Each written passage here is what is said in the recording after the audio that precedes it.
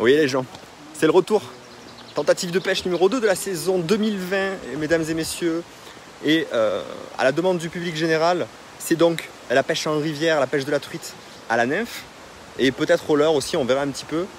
Nous sommes actuellement dans les Cévennes et voici notre petite aire de jeu.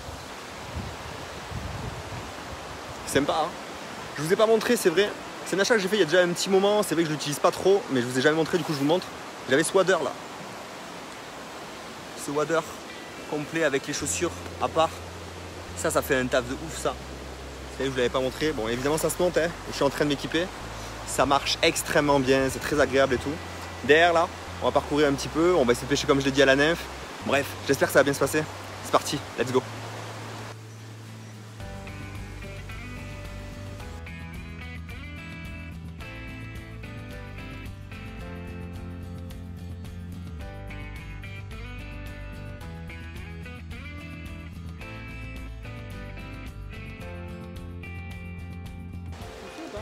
On est équipé ou pas?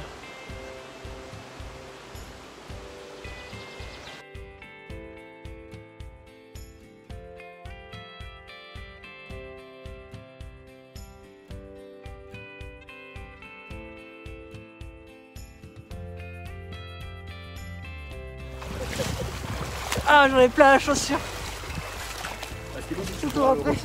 Ouais, ce que je vais faire. La mission quoi. On dirait qu'il n'y a rien mais... On dirait vraiment qu'il n'y a rien et que c'est pas si fort que ça. Ah, ça pousse fort là. Après la rivière c'est toujours comme ça et en plus les appuis sont pas très... Ouais, t'as un retour plus doux. Ah, les appuis sont hasardeux.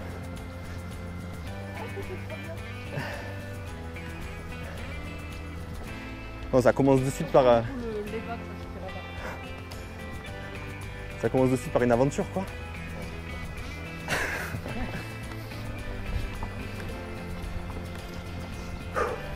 Donc ouais, on va certainement essayer d'abord en nymphe. On va commencer en nymphe, on va essayer de voir si on arrive à... quand même les niveaux sont assez hauts. Si on arrive à potentiellement pêcher un petit peu ce courant central là. Ouais. Alors déjà on va commencer avant le courant central. Parce que souvent les poissons, il y a de la profondeur donc il va falloir y aller tranquille. En fait souvent les poissons ils ne se mettent pas forcément dans le centre, ils sont vraiment en bordure de courant du centre, tu vois. Donc on va peigner un petit peu le devant là. Après on va peigner le courant central et si on y arrive, si ça tire pas trop, qu'il n'y a pas trop de profondeur, on essaiera de pêcher de l'autre côté. Ok, d'où l'importance d'avoir une canne plus longue à la nymphe quoi. C'est ça, c'est surtout pour pouvoir faire des dérives plus naturelles, plus longtemps en fait. Tiens, moi tu sais, la dernière fois que j'ai pêché à la nymphe c'était avec toi. Donc je vais t'observer. C'est pour ça que je vais te montrer en fait les gestes qu'il faut faire. Il n'y a rien de très très compliqué. Le plus compliqué réellement à la nymphe, c'est de voir les touches. Pour ceux qui ne connaissent pas la nymphe, bon là on pêche avec un montage qui conviendrait pour la sèche, hein, en fait, non? T'es plus long? Oui, tu peux. En fait, moi j'utilise donc un montage universel qui me permet de très rapidement passer de la nymphe à la sèche. Alors c'est beaucoup par question de flemmard, je suis flemmard en fait, tout simplement. Voilà. Et pour switcher aussi, c'est bien. Et puis parce que pour aller beaucoup plus rapidement. Parce que normalement, en fait, on n'a pas quand même le même bas de ligne quand on pêche en nymphe que quand on pêche en sèche. On a des bas de ligne qui sont beaucoup plus longs, pardon. Et voilà. Mais moi, en fait, je m'embête pas trop. J'essaie de faire si on voulait être élitiste, il faudrait limite une canne spécialement pour la nymphe avec. Tu peux, ou alors un deuxième moulinet. Il y en a beaucoup qui ont deux moulinets en fait. Un moulinet qui garde que pour pêcher à la nymphe. Et dès qu'il voit que en nymphe, parce qu'en fait la nymphe ça marche toujours, hein. Même si le poisson monte pour prendre en surface des sèches, la nymphe ça continue à marcher, c'est pas un problème. Mais il y a quand même beaucoup de pêcheurs, moi par exemple, qui moi je préfère pêcher en sèche. Je trouve que c'est beaucoup plus. C'est pas la même attaque. Ça n'a rien à voir. Donc en règle générale, moi souvent quand j'attaque des courants comme ça, je sais que là de toute façon, même si un poisson monte gobé, on peut le voir, hein, mais en général c'est des beaux poissons là dans des courants comme ça qui montent gobé, ou alors des tout petits. Mais il faut vraiment avoir l'œil. En règle générale, les beaux courants comme ça, moi je les attaque en nymphe. Et après j'ai toujours mon œil quand même qui se balade sur les plats, sur les trucs comme ça, je regarde voir ce qui vole ou quoi que ce soit.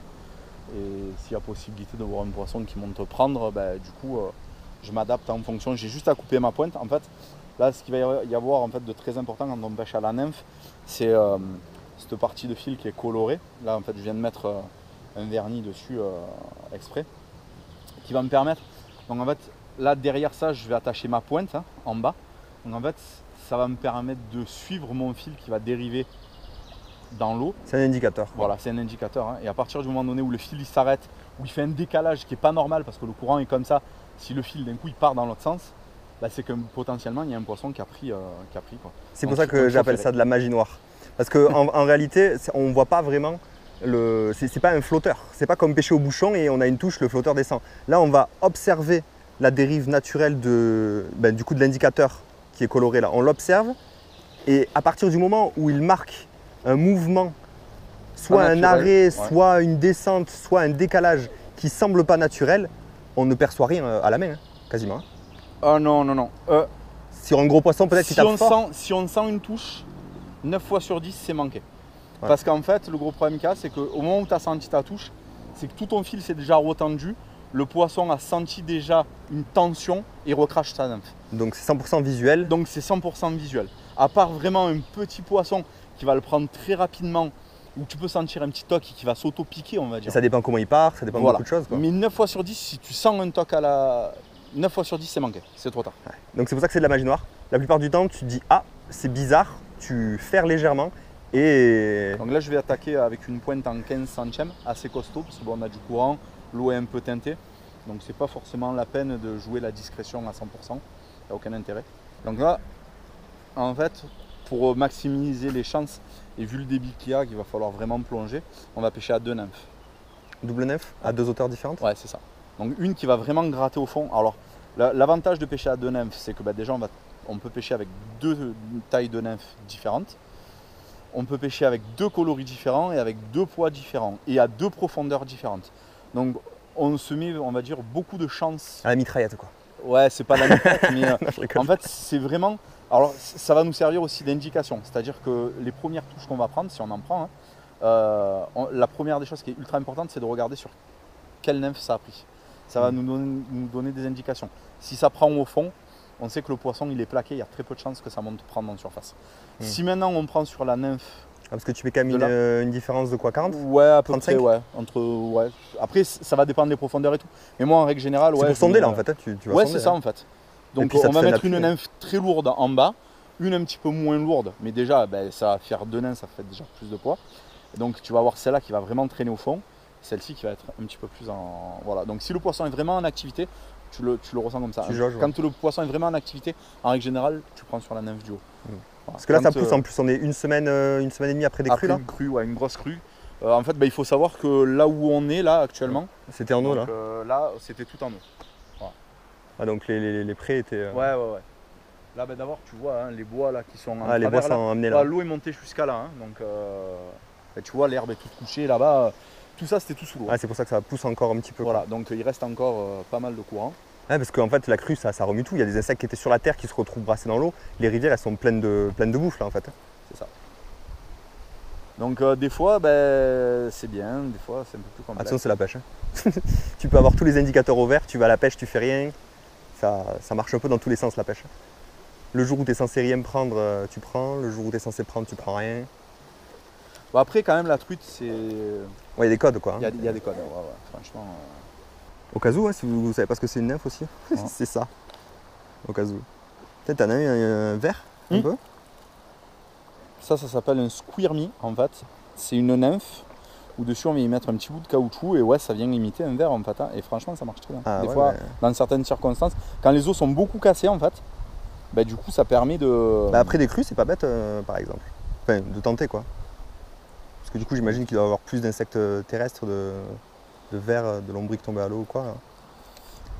C'est possible. Hein. Et pour ceux qui ne connaissent vraiment pas, le but dans la pêche à la truite, c'est qu'elle se nourrit quand même exclusivement d'un certain type d'insectes. Et la nymphe représente une nymphe tout simplement. Donc l'éphémère hors de l'eau, c'est l'imitation d'un éphémère. Il y a aussi des imitations d'éphémères en fin de vie qui du coup meurent sur l'eau après avoir pondu. Donc en fait, on reproduit tous les stades de l'évolution un petit peu d'un insecte, enfin de plusieurs insectes d'ailleurs, tout au long de leur vie. Donc la nymphe, c'est vraiment... l'état larvaire. C'est l'état larvaire qui d'ailleurs se laisse dériver un petit peu dans le courant. Alors normalement, non, justement. Hein. Elle s'accroche ? Ouais, les larves sont accrochées, alors soit soit sous les cailloux. Et en fait, les truites en sont vachement friandes, justement, quand une larve dérive, c'est que pour une raison qui n'est pas normale, elle s'est décrochée de son caillou. Et pour se raccrocher, ben, avec la puissance de l'eau, justement, elle va se faire emporter. Et là, la truite. Ben, et souvent aspirée derrière les rochers où sont ancrées les truites. Exactement. Les truites. Et ensuite, normalement, on est censé reproduire tout le stade d'évolution jusqu'à ce qu'elle remonte en surface. Et ensuite, elle décroche de la surface une dernière fois avant de s'envoler et de faire un éphémère qui se reproduit en très peu de temps et vient repondre sur la surface et mourir sur la surface. Donc en fait, la truite, elle se nourrit de ça sur tout le cycle de sa vie. Toute sa vie. Même les très très grosses truites qui deviennent après beaucoup plus carnivores quand même. Continuent à s'alimenter Ouais, comme ça. après, elles vont devenir carnassières, mais elles se nourrissent quand même d'insectes. Hein. On est en observation. Ah, c'est le but du wader, c'est d'aller dans l'eau.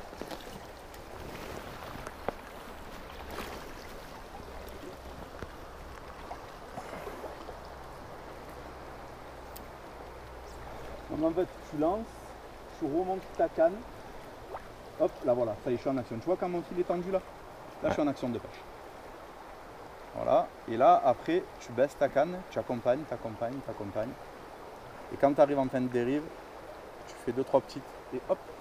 Parce que des fois, ça tape au bout. Voilà. Donc en fait, tu balances, tu montes ta canne.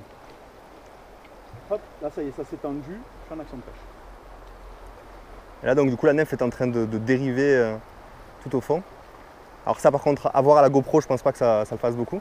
Quoique, le fluo, là, quand il est au soleil, à mon avis, ça doit se voir.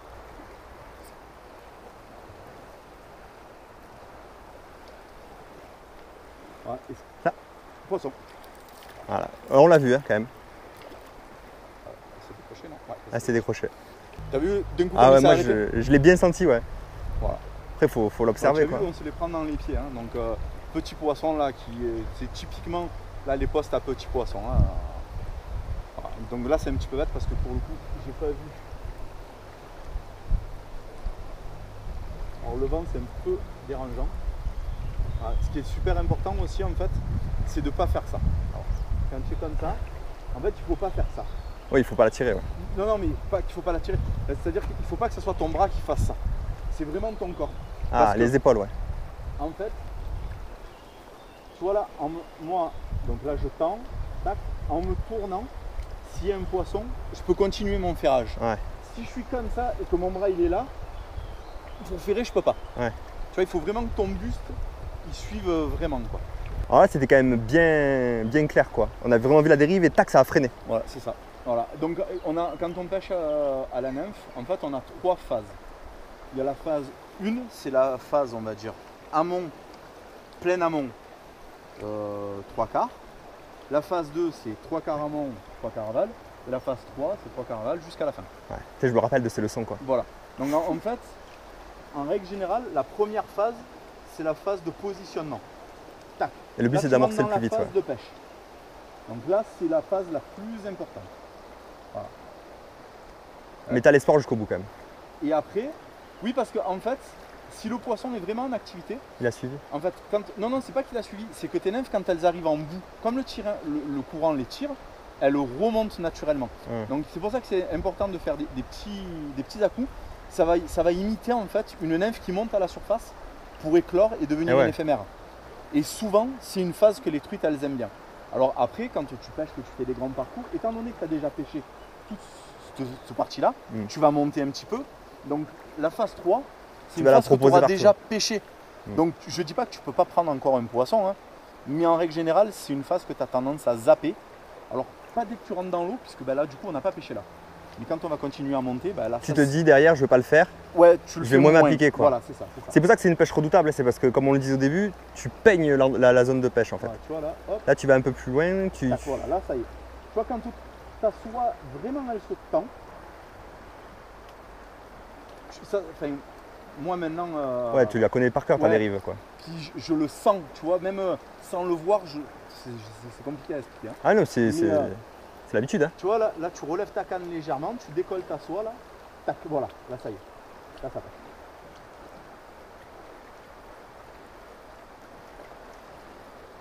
En fait, il faut, si on ne connaît pas du tout, moi je l'ai fait, hein, je l'ai déjà pêché mais il y a très longtemps. En fait, il faut faire beaucoup de dérives pour pouvoir lire sa ligne et savoir quand est-ce qu'elle a un mouvement naturel Et à partir du moment où on assimile le mouvement naturel, Je sais pas si c'est un poisson. oui, il y a eu un petit. J'ai pas eu le- Ou alors un caillou, hein, parce que des fois on rate Oui, il y a le des. fond, hein. Mais là j'ai eu un petit quelque chose. Oui, ça peut être une déviation de courant, ça peut être beaucoup de choses, mais des fois on est surpris. Hein. On voit juste, notre cerveau nous dit il y a quelque chose qui n'est pas normal, un petit coup de poignet et il y a un poisson en fait, alors que nos yeux n'ont quasiment pas détecté de changement. Quoi. Là, il va essayer d'aller chercher encore plus loin. En fait, il pêche des veines de courant en fait. Et entre les rochers, selon la forme du fond, il y a plusieurs formes de courant. Ah, j'ai écrit aussi. Il y a plusieurs routes en fait. Et le but c'est de se positionner sur ces routes puisque c'est des routes naturelles en fait de nourriture qui se déplacent dans l'eau. Quoi. En fait, pour simplifier la chose, potentiellement derrière chaque caillou il peut y avoir un poisson de posté.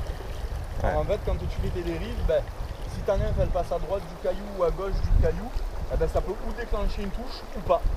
Donc c'est pour ça qu'en fait il faut vraiment peigner. Vraiment, des fois tu as l'impression de repasser au même endroit. Et au bout du 4e, 5e passage, tu vas avoir une touche. Donc tu tiens bien ta soie dans la main, parce qu'on ne sait jamais. Hein. En fait, donc, ce qui est super important, c'est que pour pouvoir lancer, il faut que tes nymphes soient dans l'eau. C'est ce qui va te servir de propulseur. Voilà. Par contre, si tes nymphes elles sont là, automatiquement ça va partir à l'opposé. Ouais. Donc pour envoyer loin là-bas, il faut que tu sois plus derrière là. Ou alors il faut vraiment que tu fasses un geste. Et encore, tu vois, même en faisant comme ça, tu vois, elles viennent trop là. Donc là, je pêche pas assez. Oh, mais je vais aller doucement là. Tu peux descendre là vraiment sur la petite plage là, mais ne rentre pas trop dans l'eau. Donc je l'envoie derrière. Voilà, un petit peu derrière. Ah, Et que ça après, fait... plus devant, quoi. Ça fait longtemps que j'ai pas manié ça. Faut vraiment. Attends. Tu sais combien ça fait temps que j'ai pas manié un fouet? Faut vraiment y envoyer dans la canne. Hein. Voilà. Sur les zones de plat comme ça là, n'aie pas peur de légèrement tirer. Ouais, faut être haut, ouais. Voilà, tu vois. En fait, si tu te mets trop comme ça là, tu vas vite te fatiguer. Donc vraiment détendu. Tu te détends, tranquille. Et là, c'est toi que tu tires un peu sur tes nymphes.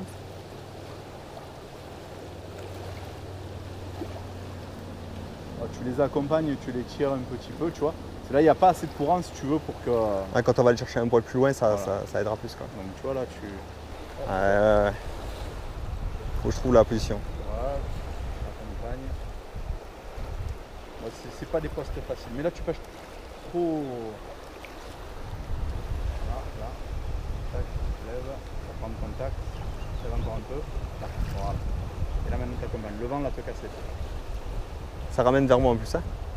Il va falloir aller chercher plus loin. Là-bas, donc c'est chiant, parce que ça te freine ta dérive.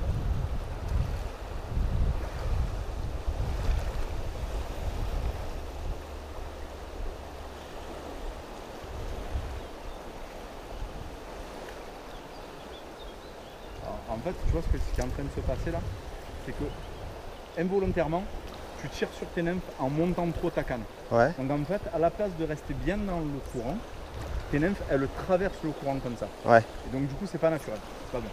Tu vois, en fait, tu démarres là-bas et tu finis la contre. En fait, il faut vraiment que tu restes dans la même ligne d'eau. Poisson. Je crois que c'était pas accroché. Ah ouais, non, c'était poisson. T'as pas ferré.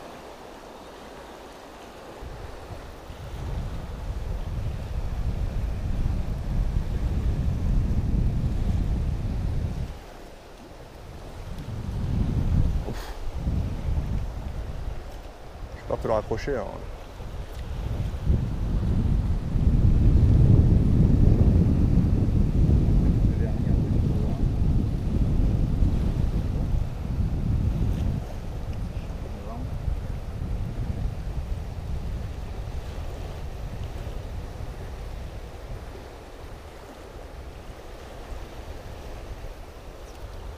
J'ai du mal à lancer encore. Ah mais ça c'est normal. Je prends le coup. Le geste, après quand tu le tiens, ça c'est bien. Il faut bien envoyer derrière pour repousser devant toi. Après là la branche peut-être le gêne un peu aussi. Encore.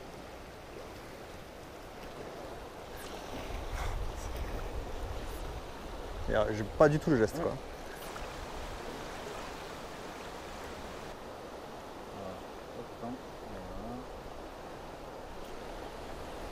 Fiche? Fiche, ouais. Joli en plus, hein.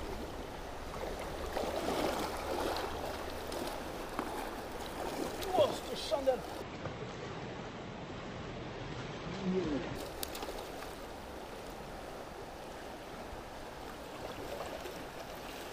Bravo! Jolie fiche, hein. Waouh, elle est belle! Oh, moi, cette plaque. Elle est jolie, hein? Nymphe de fond. Voilà, c'est spirale.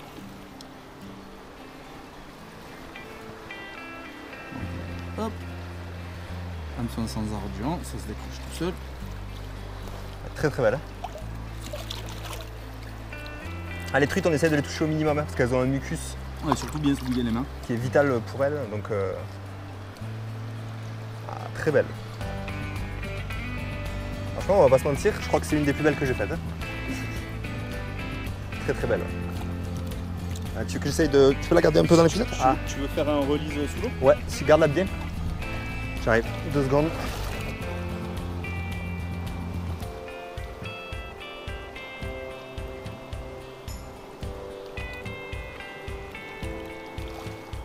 Elle est partie. Ah ouais, elle est loin. Bah écoute, Léger, hein? bravo, hein. Très belle. Hein. Je suis content. Et quoi, elle était belle? Trop bien. GG well play.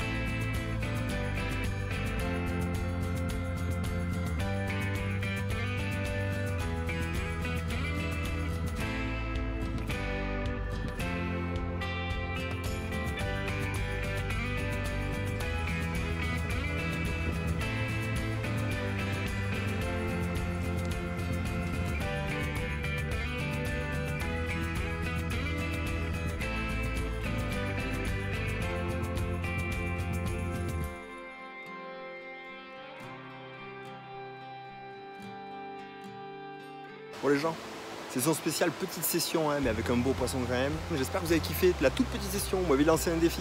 C'était pêcher directement à la nymphe la truite. Défi réussi, j'en ai quand même fait une belle. Et n'hésitez pas, dans les commentaires, prochain défi, vous me dites. J'essaierai de faire au mieux. Voilà. Proposez pour la prochaine session dans les commentaires à quoi vous voulez que je pêche, avec quoi. Et j'essaierai de faire au mieux. Ciao les gens, peace.